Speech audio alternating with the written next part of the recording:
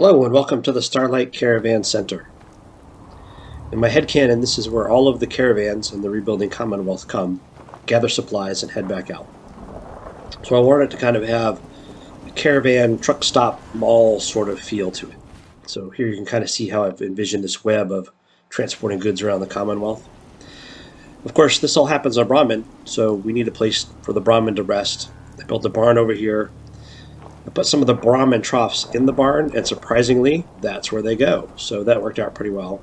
If you see my prior builds, I pillar or rug glitched all of the shops into the snack bar. I didn't want to do that this time. I didn't want to use any glitches. So instead, I built this cool little picnic area using the existing fire, some covers. I put a cover over the old shed where the workbench is, and that's also where my scavenger station is and the dumpster.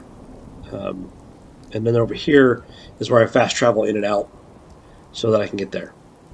I'll be honest, the big giant windmill power generators look awesome, and they're mainly there for aesthetic purposes. This is an in-game build, so I didn't have a lot of resources, and I didn't yet have the perks and skills to build a nuclear reactor to power all of this.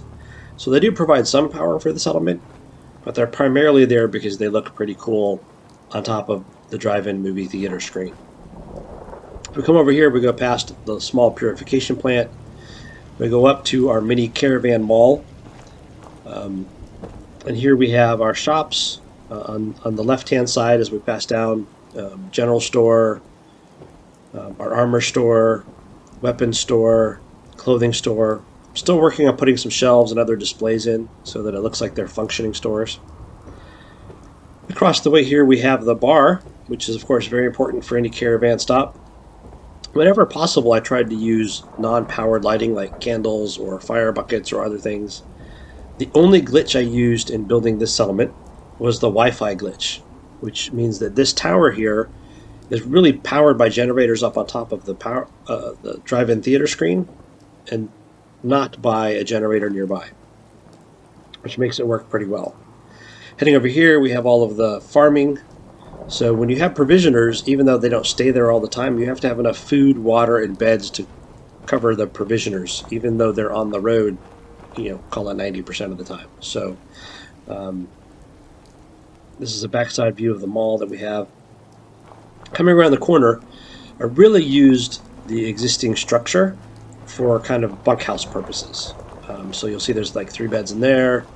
Coming around the other side, I don't even remember how many beds I shoved in here. There's a bunch of sleeping bags inside the actual drive-in movie projector housing. Just enough beds to make sure that the settlement was happy with the bedding for the provisioners. I'll come back around, we'll go upstairs. I have to say that one of the hardest things to do was build the generator structure without pillar or rug glitching anything in. So believe it or not, I actually got a wall and floors and stairs built without glitching anything. So these stairs we're about to go up aren't glitched in, they just happen to fit right here.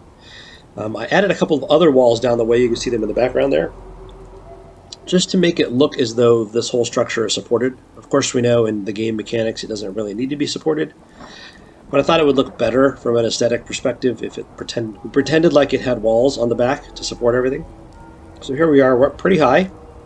I did put the settlement broadcast beacon up here. Part of another headcanon thing was if it's up high, more people will hear it. It has better broadcast range until I get around to hooking up all of the satellite towers. Great views from the observation deck off the backside.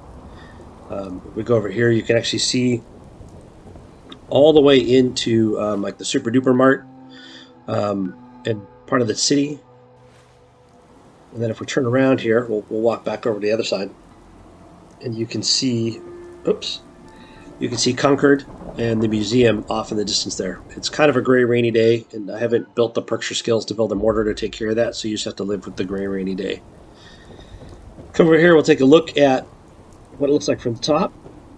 There's the mall, barn structure, cookout area, and if you get up early enough in the morning or you're here early enough in the morning, you can actually see the caravans come and go. It's pretty cool. I have a little sleeping area up here that's just for me and an armor workbench, just in case I need to stop by. I used to have my fast travel target up here. And because of the resource constraints, since it's an in-game build, it's far less resource intensive to build small generators and daisy chain them together than to build one big one. So that's what I've done for most of the power. Hope you enjoy it. Thanks for stopping by.